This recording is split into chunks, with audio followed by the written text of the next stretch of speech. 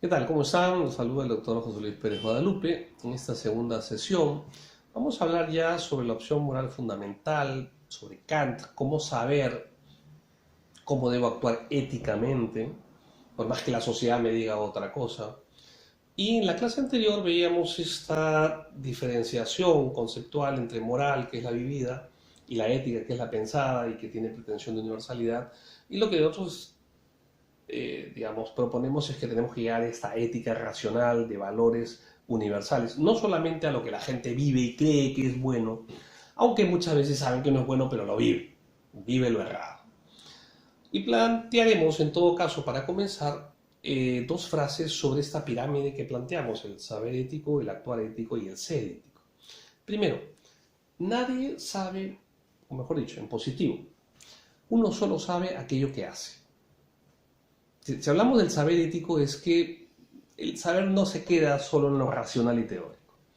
En verdad, cuando actúas éticamente es que en verdad sabes qué es lo ético.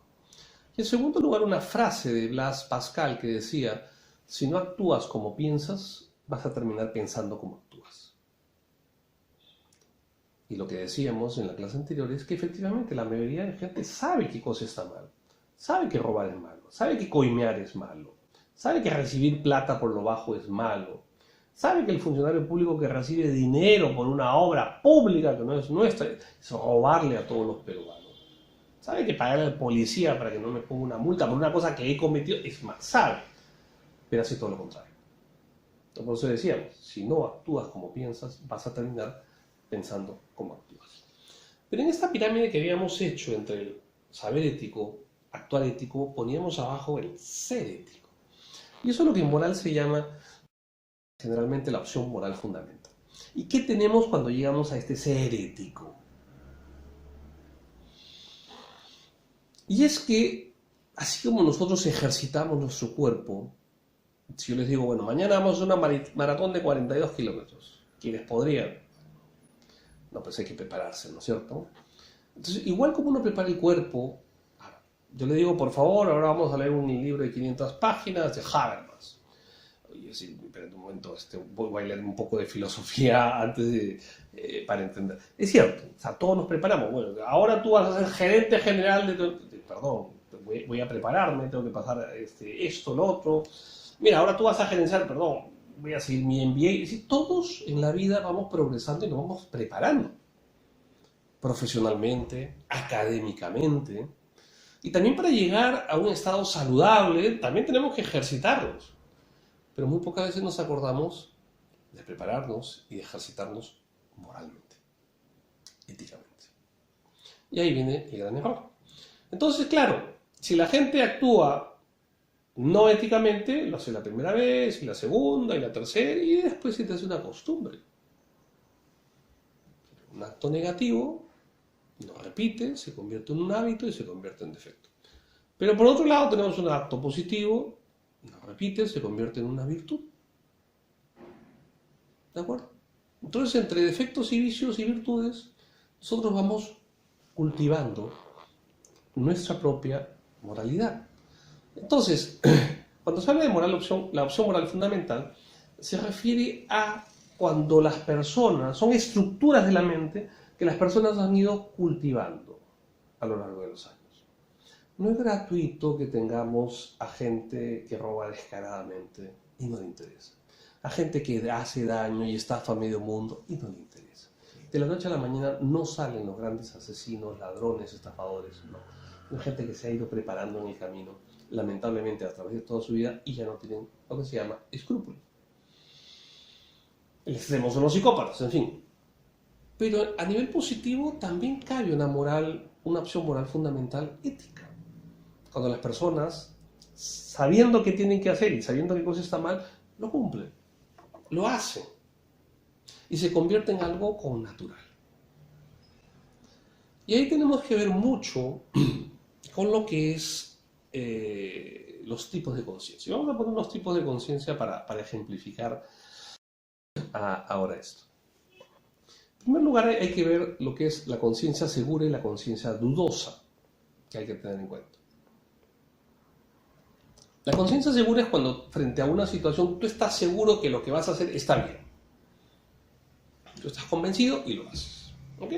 La conciencia dudosa es que no tienes claro si está bien o está mal. Frente a la duda, la obligación moral que existe es zanja tu duda antes de actuar. Busca información, pide consejo antes de actuar. No actúes en la duda. Sal de tu duda, llega a la certeza. ¿Ok? Conciencia cierta y conciencia dudosa. Conciencia, perdón, segura y conciencia dudosa. Pero también hay un segundo tipo de conducta, que es de conciencia, que es la conciencia cierta y la equivocada. Yo puedo estar seguro de algo y puedo actuar, siento seguro, pero puede ser que esté equivocado. ¿Me dejo entender? Repito, la primera es la conciencia segura o dudosa, pero la segunda es la conciencia cierta o equivocada. ¿Qué pasa si yo tengo una conciencia segura pero equivocada? Y a veces se da. Ya llegamos a los absolutismos. Caso, quizá, lo pongo como posibilidad de alguna gente que toma las armas, o que se vuelve terrorista, estando convencido que es la manera de justicia social. Puede ser que esté convencido. Él, en su interior, tiene una conciencia segura. Pero, como todos sabemos, absolutamente equivocado. Tomar las armas, la violencia y obligar a todo un país a que piense como él. Entonces, hay que tener mucho cuidado que el hecho de que tú estés seguro del actuar no te da garantía de lo que estás haciendo está bien. Entonces, cabe una obligación moral de asegurarte bien de tus argumentos. Y eso solamente se logra en el diálogo, en la relación con el otro y los otros, en la escucha, en el debate democrático, no en los absolutismos. Cuando llegamos justamente a los absolutismos, sean de derecha o de izquierda, sean de arriba o de abajo, sean religiosos o laicos, todos los absolutismos cierran la posibilidad del diálogo, cierran la posibilidad de pensar. Y tarde o temprano van a llegar a extremos que nadie quiere. En tercer lugar, tenemos una conciencia que es la conciencia laxa, que es muy común. Que es la conciencia que te dice, bueno, yo sí sé que está mal, pero igual lo hago. Y cuando le preguntas, oye, perdón, pero si sabes que está mal, ¿por qué lo hiciste? Porque todo el mundo lo hace. Oye, el semáforo está en rojo, señor, ¿usted sabe? Sí, ¿y sabe qué tiene que pasar? Sí, ¿y sabe que es peligroso? Porque sí, ¿por qué lo hace? Bueno, pues porque todo el mundo lo hace. Laxa. Que es muy peligrosa, porque a diferencia de la conciencia segura pero equivocada, es que este sí tiene la conciencia cierta, es decir, sí sabe que está mal, pero lo hace. Oiga, señor, pero usted sabe que darle al policía para que no le pueda está mal. Sí, pues, pero todo el mundo lo hace. Y parte de eso también es la conciencia que se llama voluntariamente ciega. Es decir, aquellos que no quieren saber los resultados de su acción. Yo me pongo a pensar en estos familiares, esposas de jueces que ganan tanto y su nivel de vida es 3, 4, 5, 6 o 7 o 10 veces más. Esos familiares no se preguntarán, oye, ¿y de dónde saca la plata tu papá o tu esposo o tu esposa para hacer eso? Y entonces, no sé, a mí no, eso no es mi tema, yo no me meto. Eso es conciencia voluntariamente ciega. O en un hospital, oye, perdón, pero creo que esas medicinas están pasando. No sé, yo solamente cobro aquí las medicinas, yo solamente me encargo. Si el médico me dice, yo pongo la inyección, yo no tengo que ver con. Eso es voluntariamente ciega, sí te corresponde. Y eso es también tan peligrosa como la laxa porque sabes que hay un peligro, pero te niegas a investigar más. Otro tipo de conciencia es la conciencia distorsionada por los valores sociales. Y esa sí es muy peligrosa. Sí, la laxa, a diferencia de esta última, la laxa que tú sabes que está mal, solamente que no quieres cumplir, no te da la gana, no te importa los demás. Grave, sí.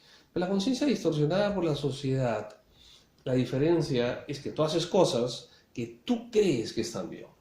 ¿Por qué? Porque tu sociedad lo ha hecho siempre. No pagan impuestos. piensas que es lo normal. Es más, te consigues al mejor tributarista, entre comillas, para que te libre los impuestos. ¿Crees que eso está bien? Porque todo el mundo lo hace. Y claro, no es evasión, es ilusión. Oye. Ahí viene también parte de la hipocresía nuestra cuando hablamos, ya volviendo otra vez al caso del Poder Judicial. Claro, todos son abogados. Y a veces la carrera legal y los abogados, cuando hablamos, oye, recomiéndeme un buen abogado. ¿Qué entendemos por buen abogado? El que gana los juicios. Sí, pero ¿a costa de qué? ¿O cómo la hizo? Ah, no, no me interesa. Claro, y si te pide para arreglar la otra, así tú le das, con tal de ganar. Es decir, es un incentivo perverso de ambos lados. Tu objetivo es ganar. No dices el buen abogado el que cumple la ley y que es honrado y que no coimea, sino el que gana. Entonces, a ese lo contratamos. Entonces, ese es el famoso, el que tiene grandes estudios de abogado y qué sé yo. Comencemos por contratar a los abogados, grandes o pequeños, ¿okay?, que no coimeen a nadie. Y veremos cómo esta sociedad va cambiando. Pero después de todo este razonamiento y pensamiento, cabe la pregunta, doctor, pero finalmente, ¿cómo saber cuándo actuar bien o cuándo está bien? Claro, si yo puedo estar equivocado, efectivamente. Y ahí Immanuel Kant, un filósofo de hace algunos siglos, nos da la salida. ¿Cómo saber si lo que estamos haciendo está bien o no? ¿Cómo saber qué debo hacer dentro de mi análisis? O yo puedo ser que tenga una duda, o puedo tener un dilema ético entre dos valores. Entonces es una ponderación de valores, como los abogados hacen una ponderación de derechos. Y Immanuel Kant, yo pongo 3 principios para saber qué es una actuación ética, siguiendo a Kant. Primero, el principio de universalidad. Él dice, Kant, si tu actuación sirve como norma general para todas las personas en todas partes del mundo bajo estas mismas circunstancias, entonces tu actuar es ético. Repito, que es lo que él le llama la ley moral fundamental, que le llama el imperativo categórico, a diferencia del imperativo hipotético y los imperativos a diferencia de las máximas, ¿no es cierto?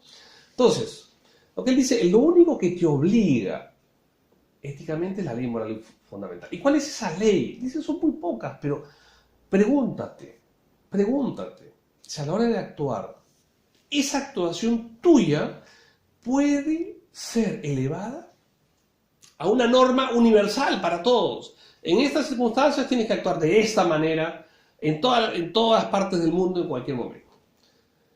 Si lo que tú decides que eso se va a actuar puede ser universalizable, entonces tu actuación es ética. ¿Ok? Es la primera ley que nos da la ley de universalidad de Kant. Lo pongo más en sencillo. Si tu actuación pudiera ser develada a toda tu familia y a tu sociedad, ¿lo harías? Otros se dirían, si tu hijo o tu hija, a quien tú quieres darle el ejemplo, viera lo que estás haciendo, ¿estarías orgulloso? ¿Tu hijo se sentiría orgulloso de ti? Piensa. Si quieren algunos en el plano religioso, así, ¿qué haría Jesús en esta situación? Pero claro, aquí hablamos de una norma que sirva para todos, no solamente para los cristianos. Entonces, la primera ley de universalidad es muy poderosa. Pregúntate si tienes duda de tu actuación ética. Ya digo, en el fondo las cosas éticas son muy... los dilemas éticos son... No son muchos, porque ya casi todos sabemos que está bien o que está mal. O sea, seamos sinceros. Segundo principio kantiano, que es el principio de la centralidad de la persona humana. Y dice que siempre tomar a las personas como fin en sí mismo y nunca como medio. Interesante. Ya no solamente el plano de la ley de la actuación universal, sino cómo vemos al otro. Es decir, nos implica salir del nosotros y pensar en el otro, que va más allá de una mera empatía. Ver a todas las personas como fin en sí mismos y no como medios. Eso que te evita la manipulación del otro o utilizar al otro para tu fin. Y simplemente vas a buscar tu beneficio y no el de los demás. Mira al otro como tu igual. Esa alteridad ética es lo que nos lleve, lo que tiene que llevar. Y el tercer principio es el principio del deber. Kant dice, si debo, es que puedo. Muchas veces pensamos, si puedo es que debo.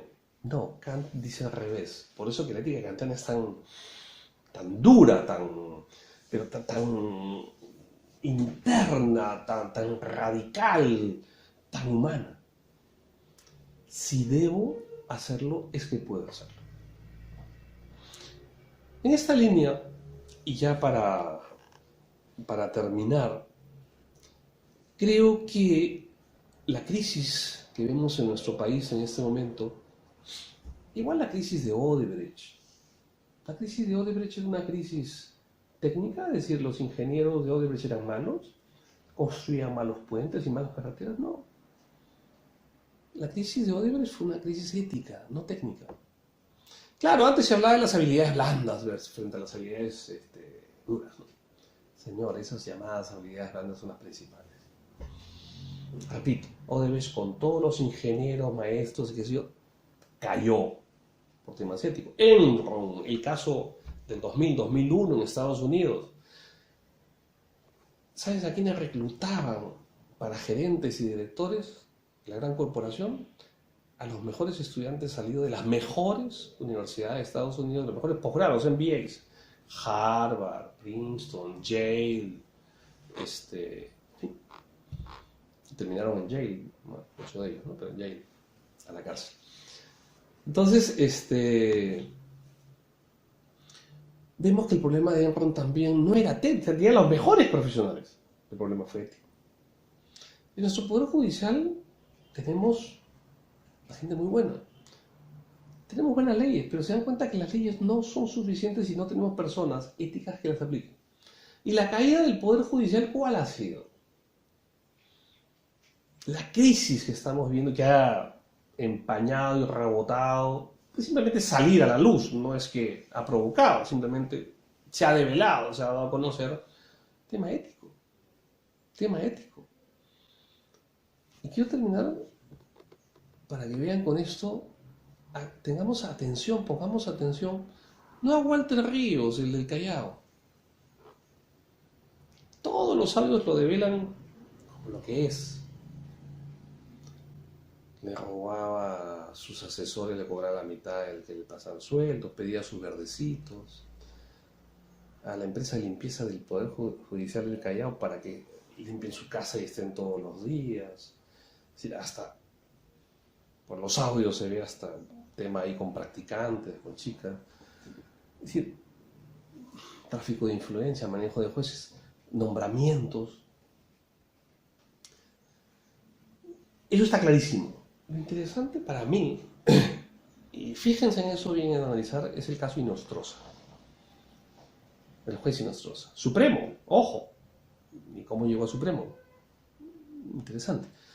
Pero no tanto por los audios, que ya son mucho decir, sino por la defensa que él hace de sí mismo cuando sale en la televisión a defender su caso. Y va a pasar la historia, yo creo, cuando él sale en un programa de televisión y dice, puede ser que mi conducta sea incorrecta o antiética, pero no es delito. Un juez supremo.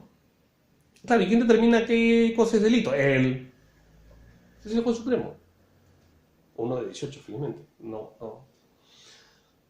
Pero esa lógica, esa racionalidad perversa de lo que es la justicia en el Perú, yo creo que es interesante para analizarla. No le interesa la ética. Simplemente si es delito o no delito. Pero yo creo, y con eso termino, que si nuestro sistema de justicia no es capaz de censurar ejemplarmente a toda esta cuellos blancos de la corrupción, esta corporación y esta cultura corporativa de la corrupción, no es capaz nuestro sistema de justicia para sancionar ejemplarmente a ellos, es que lamentablemente tenemos que decir que nuestro sistema de justicia no sirve para nada. Muy bien, gracias y nos vemos.